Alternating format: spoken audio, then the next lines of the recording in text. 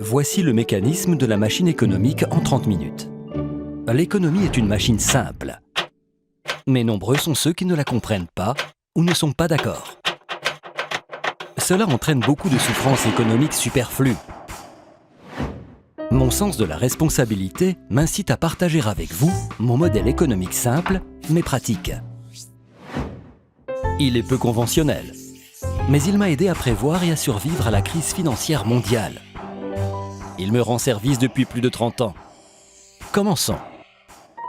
L'économie semble complexe, mais c'est un mécanisme très simple.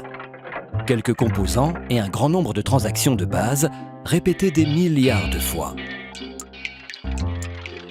Ces transactions sont par-dessus tout gérées par des êtres humains.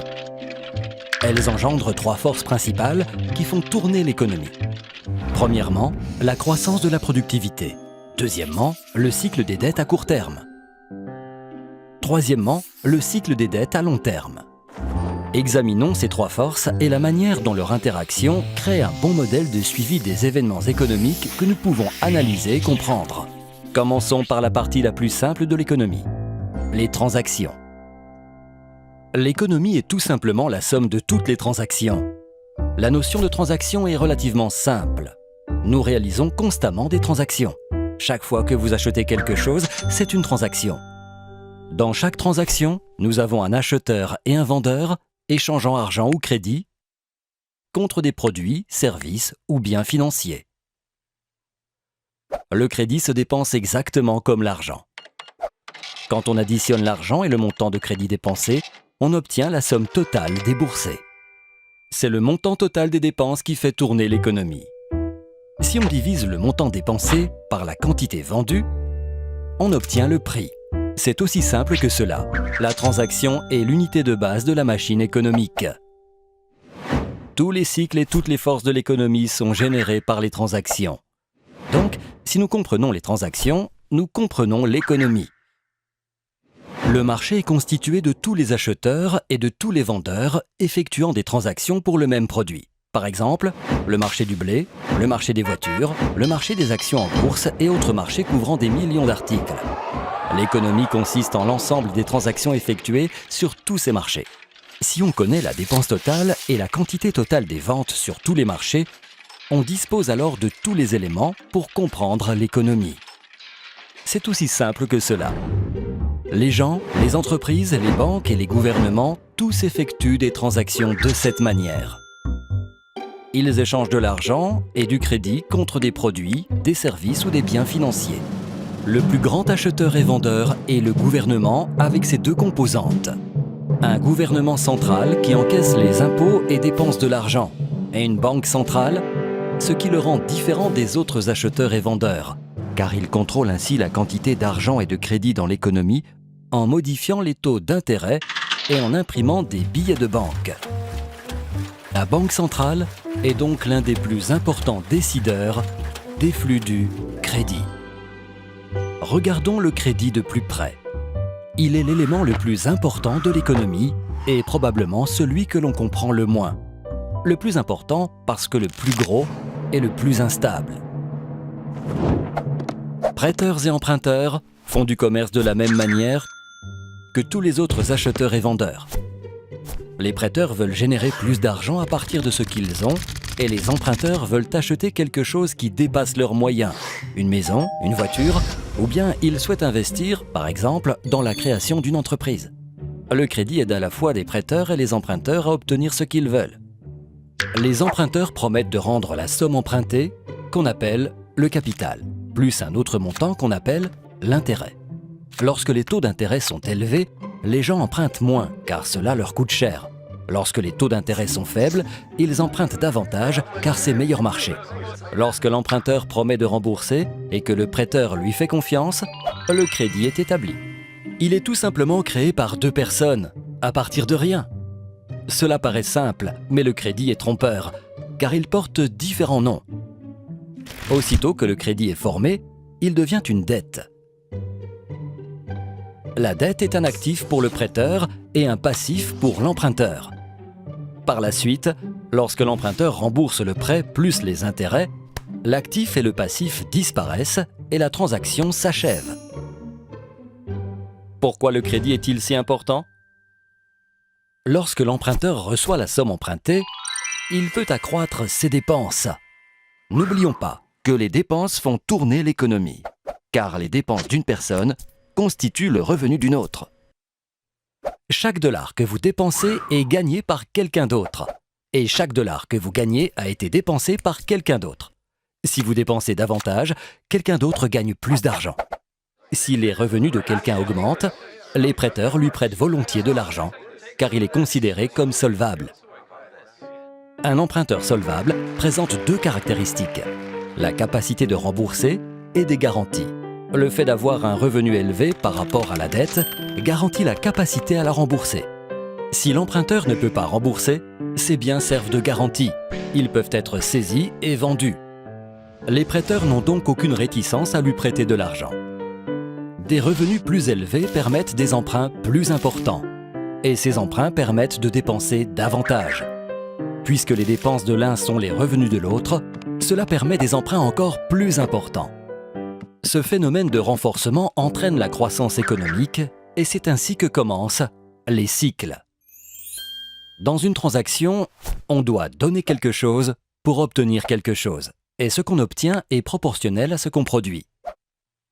Avec le temps, on apprend et ces connaissances accumulées nous permettent d'améliorer notre niveau de vie. C'est ce qu'on appelle la croissance de la productivité.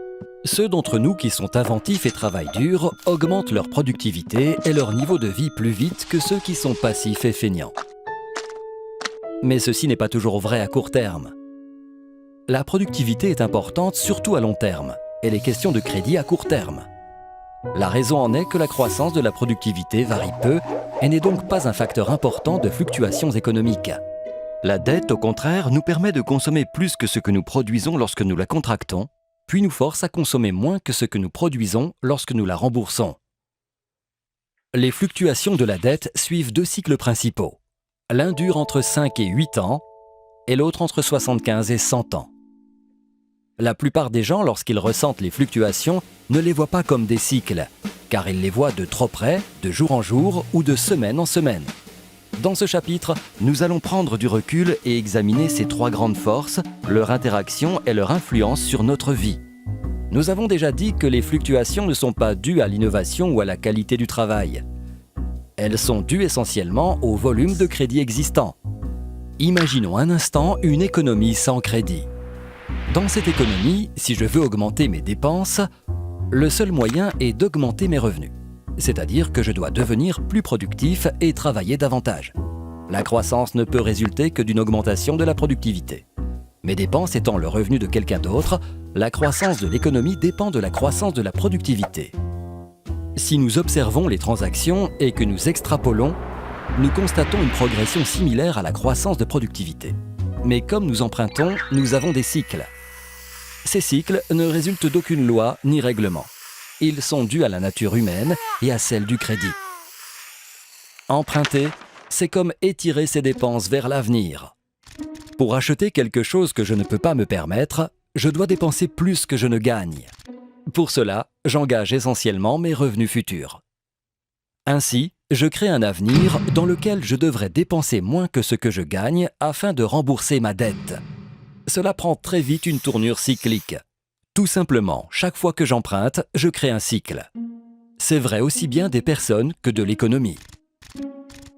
C'est pour cette raison qu'il est si important de comprendre la notion de crédit, car c'est elle qui enclenche le mécanisme prévisible des événements économiques futurs.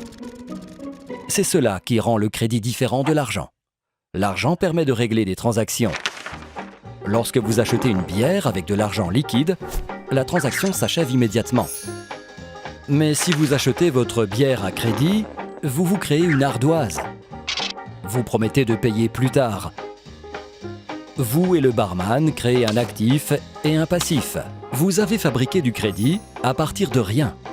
L'actif et le passif disparaîtront uniquement lorsque vous aurez payé l'ardoise, que la dette aura disparu et que la transaction sera achevée. Ce que la plupart des gens appellent de l'argent est en réalité du crédit. Le montant total de crédit des États-Unis est d'environ 50 billions de dollars, contre près de 3 seulement pour le montant total de l'argent. N'oubliez pas que dans une économie sans crédit, le seul moyen d'augmenter la dépense est de produire davantage.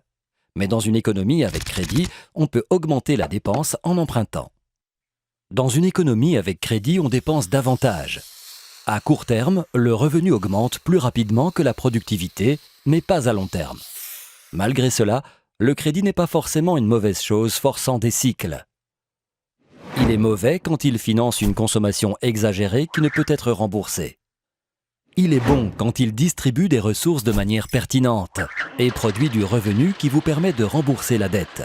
Par exemple, si vous empruntez pour acheter un plus grand poste de télévision, cela n'engendre aucun revenu vous permettant de restituer la dette. Mais si vous empruntez pour acheter un tracteur et que ce tracteur vous assure de meilleures récoltes, donc un meilleur revenu, vous pourrez rembourser votre dette et améliorer votre niveau de vie.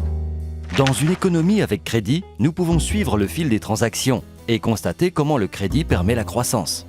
Laissez-moi vous donner un exemple. Si vous gagnez 100 000 $ par an et que vous n'avez aucune dette, on est prêt à vous accorder un crédit de 10 000 $, par exemple sur votre carte de crédit. Vous pouvez donc dépenser 110 000 $, même si vous en avez gagné 100 000. Vos dépenses constituant le revenu de quelqu'un d'autre, quelque part, quelqu'un gagne 110 000 $. Cette personne gagnant 110 000 $ et n'ayant aucune dette peut emprunter 11 000 $ et peut donc dépenser 121 000 $, même en ayant gagné uniquement 110 000 $. Ces dépenses constituent le revenu de quelqu'un d'autre. Et en suivant le fil des transactions, nous commençons à comprendre le processus d'auto-renforcement. Mais n'oublions pas que les emprunts créent des cycles et qu'après une phase de croissance vient inévitablement une baisse. C'est le cycle de la dette à court terme. L'activité économique augmente. Nous constatons une expansion. C'est la première phase du cycle de dette à court terme. La dépense augmente et les prix avec. Car l'augmentation de la dépense est alimentée par le crédit. Crédit que l'on crée à partir de rien. Lorsque le volume des dépenses et des revenus augmente plus rapidement que celui de la production, les prix montent. Quand les prix montent, c'est ce qu'on appelle l'inflation. La Banque centrale ne veut pas trop d'inflation, car elle est source de problèmes. Lorsque les prix augmentent, la banque augmente les taux d'intérêt. Lorsque les taux d'intérêt sont plus élevés, moins de gens peuvent se permettre d'emprunter et le coût de la dette existante augmente. Imaginez le versement mensuel de votre carte de crédit en hausse. Les gens empruntent moins, mais doivent rembourser davantage. Ils ont moins d'argent disponible, donc les dépenses diminuent. Et comme les dépenses de l'un sont les revenus de l'autre, les revenus diminuent aussi, etc. Lorsque les gens dépensent moins, les prix baissent. C'est la déflation. L'activité économique diminue et nous avons une récession. Lorsque la récession devient extrême et que l'inflation n'est plus un problème, la Banque centrale baisse les taux d'intérêt pour relancer le processus. Avec des taux d'intérêt plus bas, le remboursement de la dette est réduit, l'emprunt et la dépense reprennent, et nous avons une nouvelle expansion. Vous voyez bien que l'économie marche comme une machine. Dans le cycle à court terme, la dépense est limitée uniquement par la volonté des prêteurs et emprunteurs à fournir et à recevoir du crédit. Lorsque le crédit est disponible, l'économie est en phase d'expansion. Lorsque le crédit n'est pas disponible, l'économie est en phase de récession. Notez que ce cycle est contrôlé principalement par la Banque centrale. Le cycle de dette à court terme dure entre 5 et 8 ans et se répète constamment. Mais remarquez que le maximum et le minimum de chaque cycle sont caractérisés par une croissance et une dette plus grandes que celle du cycle précédent. Pourquoi ? Parce que les gens font pression. Nous avons tendance à emprunter et à dépenser davantage plutôt qu'à rembourser nos dettes. C'est dans la nature humaine. Pour cette raison, sur de longues périodes, la dette augmente plus rapidement que le revenu, formant ainsi le cycle de dette à long terme.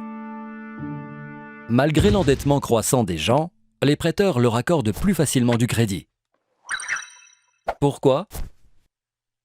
Parce que nous sommes tous convaincus que tout va bien. Les gens se concentrent uniquement sur les événements récents. Et quelles sont les dernières nouvelles ? Les revenus ont augmenté, la valeur des biens financiers a augmenté, la bourse est prospère, nous sommes en croissance. L'achat de produits, services ou actifs financiers avec de l'argent emprunté devient rentable. Lorsque cette tendance se généralise, nous appelons cela une bulle. Même si la dette ne fait que croître, le revenu augmente presque aussi rapidement et compense. Le quotient entre la dette et le revenu s'appelle le poids de la dette. Tant que le revenu continue à croître, le poids de la dette reste gérable. Au même moment, la valeur des biens financiers atteint des sommets. Les gens empruntent énormément pour acheter des biens en tant qu'investissement, ce qui fait d'autant plus monter leur prix. Les gens se sentent riches. Même lorsqu'ils accumulent les dettes, l'augmentation du revenu et de la valeur des biens financiers permettent aux emprunteurs de rester solvables encore longtemps. Mais cette situation ne peut pas durer indéfiniment. Un jour, cela cesse. Pendant des décennies, le poids de la dette a augmenté lentement, les remboursements sont devenus plus lourds. À un moment donné, le remboursement de la dette grandit plus vite que le revenu. Les gens sont forcés de réduire la dépense. La dépense de l'un constituant le revenu de l'autre, les revenus commencent à baisser, ce qui rend les gens moins solvables et ralentit les emprunts. Les remboursements de dettes continuent à grossir, ce qui diminue encore plus la dépense, et le cycle s'inverse. On dépasse le sommet de la dette à long terme. Le poids de la dette est devenu trop lourd. Pour les États-Unis, l'Europe et la plupart des pays, tout ceci est arrivé en 2008. Pour la même raison que c'est arrivé au Japon en 1989 et aux États-Unis en 1929. L'économie rentre en phase de désendettement. Les gens réduisent leurs dépenses. Les revenus diminuent. Le crédit disparaît. Les prix des biens financiers s'effondrent, les banques sont aux abois. La bourse s'affole, les tensions sociales augmentent. Et tout le processus reprend en sens inverse. Les revenus diminuent, les remboursements de dettes augmentent. Les emprunteurs sont coincés, ils ne sont plus solvables. Le crédit s'effrite et les emprunteurs ne peuvent plus emprunter assez d'argent pour rembourser leurs dettes.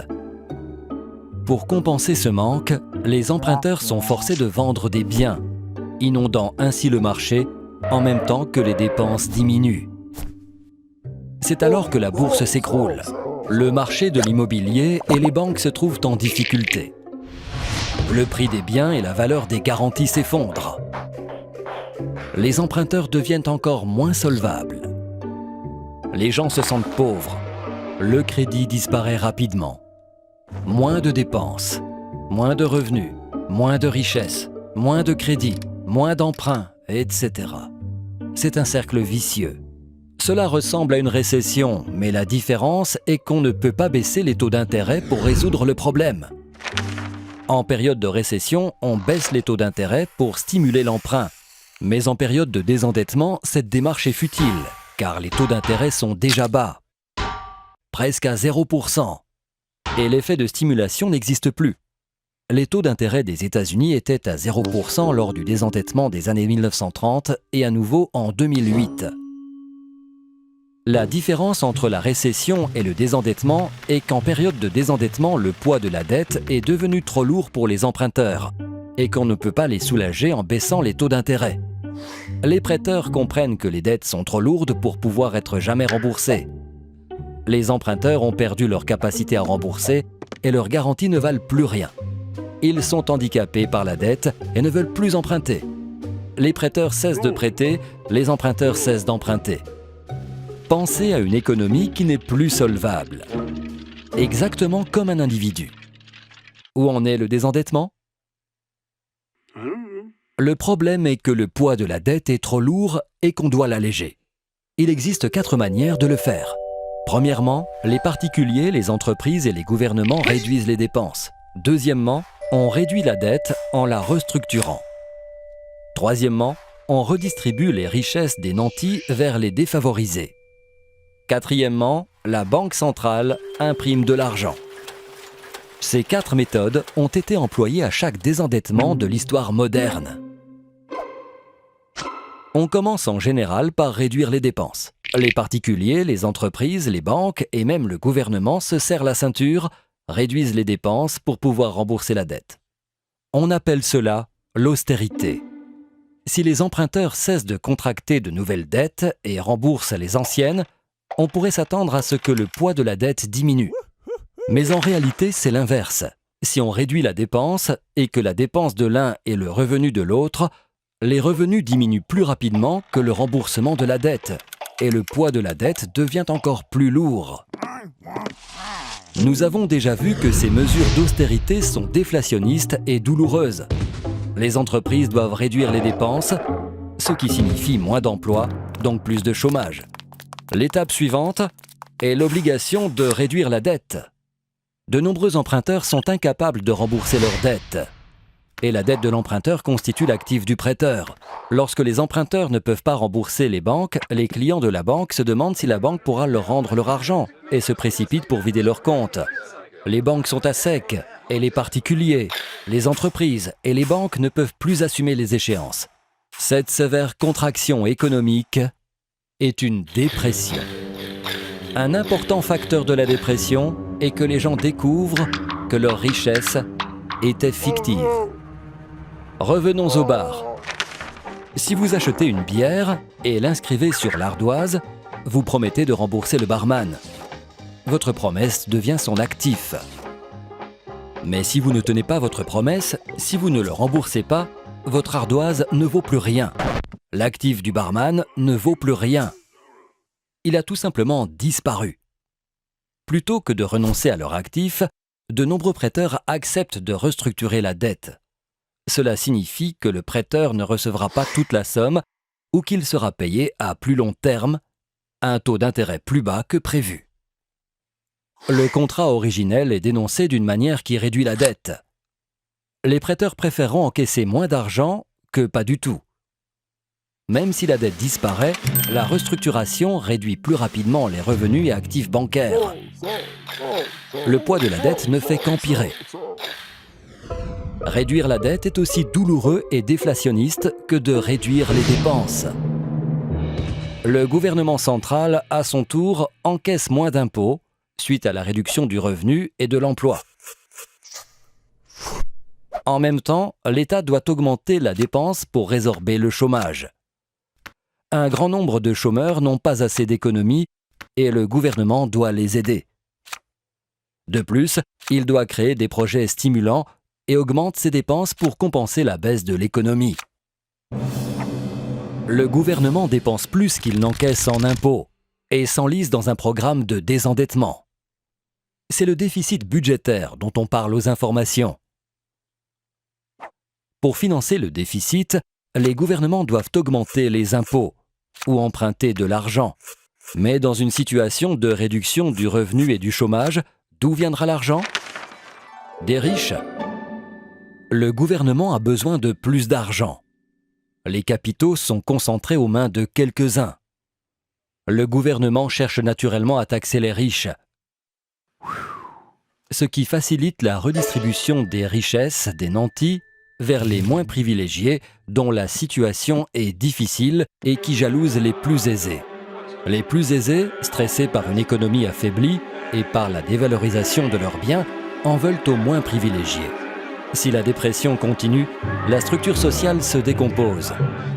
Non seulement la tension monte dans le pays, mais on risque une escalade internationale, particulièrement entre pays prêteurs et pays emprunteurs. Cette situation peut entraîner un changement politique, quelquefois extrême. Dans les années 1930, on a eu la montée au pouvoir d'Hitler, la guerre en Europe, la dépression aux États-Unis. Le besoin d'une solution pour mettre fin à la dépression devient aigu. Or, ce que la plupart des gens pensaient être de l'argent était en fait du crédit. Donc, si le crédit disparaît, les gens n'ont plus assez d'argent. Le besoin d'argent se fait désespéré. Et qui imprime l'argent? La banque centrale. Une fois les taux d'intérêt quasiment nuls, elle est forcée d'imprimer de l'argent. Contrairement à une politique d'austérité, de réduction de dettes et de redistribution des richesses, imprimer de l'argent provoque l'inflation et stimule le processus. Inévitablement, il faut imprimer encore plus d'argent, sans aucune base réelle et s'en servir pour acheter des biens financiers et des emprunts d'État. Comme aux États-Unis au cours de la Grande Dépression ou à nouveau en 2008, quand la Banque centrale américaine, la Réserve fédérale, a imprimé plus de 2 billions de dollars. Les autres banques centrales qui le pouvaient ont aussi imprimé de l'argent. En achetant des biens financiers avec cet argent, elles ont fait monter les prix des biens qui permettent aux gens d'obtenir du crédit. Mais ceci n'est utile qu'à ceux qui possèdent des biens financiers. Le fait est que la Banque centrale peut imprimer de l'argent, mais elle ne peut acheter que des biens financiers. Le gouvernement central, par contre, peut acheter des biens et des services et mettre de l'argent entre les mains des particuliers, mais il ne peut pas imprimer d'argent. Donc, pour stimuler l'économie, les deux doivent coopérer. La Banque centrale achète les bons de l'État et prête ainsi de l'argent au gouvernement, ce qui lui permet d'être en déficit, d'augmenter les dépenses, de continuer à acquérir des biens et des services par le biais de programmes de stimulation et de payer des allocations aux chômeurs. Les revenus individuels et la dette du gouvernement augmentent, mais ceci diminue le poids total de la dette sur l'économie. Ces actions sont risquées. Les décideurs doivent trouver un équilibre entre les 4 éléments du poids de la dette. On doit équilibrer déflation et inflation pour maintenir un certain équilibre. Si on le fait correctement, le désendettement peut être harmonieux. Ce processus peut être complètement raté ou parfaitement harmonieux. Comment un désendettement peut-il être harmonieux ? Même s'il s'agit d'une situation difficile, lui apporter une solution optimale relève du génie. Bien plus que les excès d'une phase d'endettement mal équilibrée. Dans un désendettement harmonieux, la dette se réduit proportionnellement aux revenus, la croissance économique réelle est positive et l'inflation n'est plus un problème. Elle résulte d'un bon équilibre. Cet équilibre requiert un certain cocktail d'austérité, de réduction de la dette, de transfert des richesses et d'impression de billets de banque, maintenant la stabilité économique et sociale. Les gens se demandent si imprimer de l'argent cause l'inflation. Cela n'arrivera pas si l'inflation compense la perte de crédit. N'oubliez pas que tout repose sur la dépense. Un dollar dépensé sous forme d'argent a le même effet sur les prix qu'un dollar dépensé à crédit. En imprimant de l'argent, la Banque centrale compense la disparition du crédit par un accroissement du volume d'argent. Pour inverser la vapeur, la Banque centrale doit non seulement encourager la croissance du revenu, mais aussi veiller à ce que le taux de croissance du revenu soit plus élevé que le taux d'intérêt sur la dette accumulée. Que signifie tout cela ? Tout simplement que le revenu doit croître plus rapidement que la dette. Par exemple, supposons un pays en cours de désendettement ou avec un rapport dette-revenu de 100%. Cela signifie que la dette est égale au total du revenu de tout le pays en un an. Supposons un taux d'intérêt de 2% sur cette dette. Si la dette augmente à un taux de 2% et le revenu à un taux de 1% seulement, on ne peut jamais réduire le poids de la dette. On doit imprimer assez d'argent pour que le taux de croissance du revenu dépasse le taux d'intérêt. Cependant, on dépasse rapidement les bornes car imprimer de l'argent est une solution facile que les gens préfèrent à d'autres mesures. Le secret est d'éviter d'en imprimer trop et d'entraîner ainsi une inflation inacceptable comme l'Allemagne l'a fait dans les années 1920. Si les décideurs trouvent un équilibre correct, le désendettement se passe bien. La croissance est lente, mais le poids de la dette diminue et le désendettement est réussi. Lorsque le revenu commence à augmenter, les emprunteurs semblent plus solvables. Dans cette situation, les prêteurs acceptent à nouveau de prêter de l'argent. Le poids de la dette commence enfin à diminuer.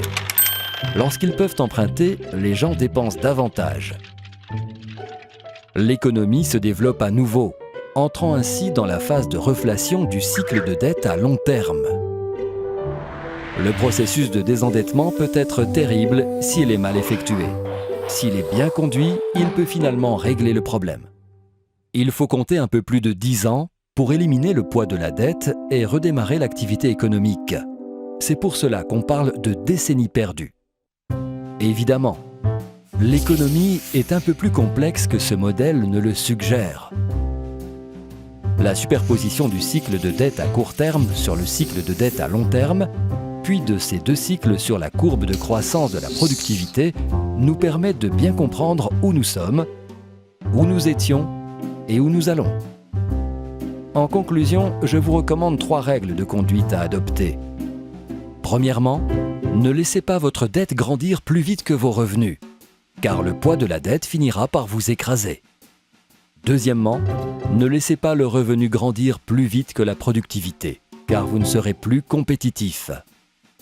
Et troisièmement, faites de votre mieux pour augmenter votre productivité, car à long terme, c'est ce qui compte le plus. Ces conseils simples s'appliquent aussi bien aux particuliers qu'aux décideurs. Vous n'avez pas d'idée à quel point la plupart des gens, y compris les décideurs, ne font pas assez attention à ces éléments. Ce modèle m'a toujours rendu service et j'espère qu'il vous aidera aussi. Merci.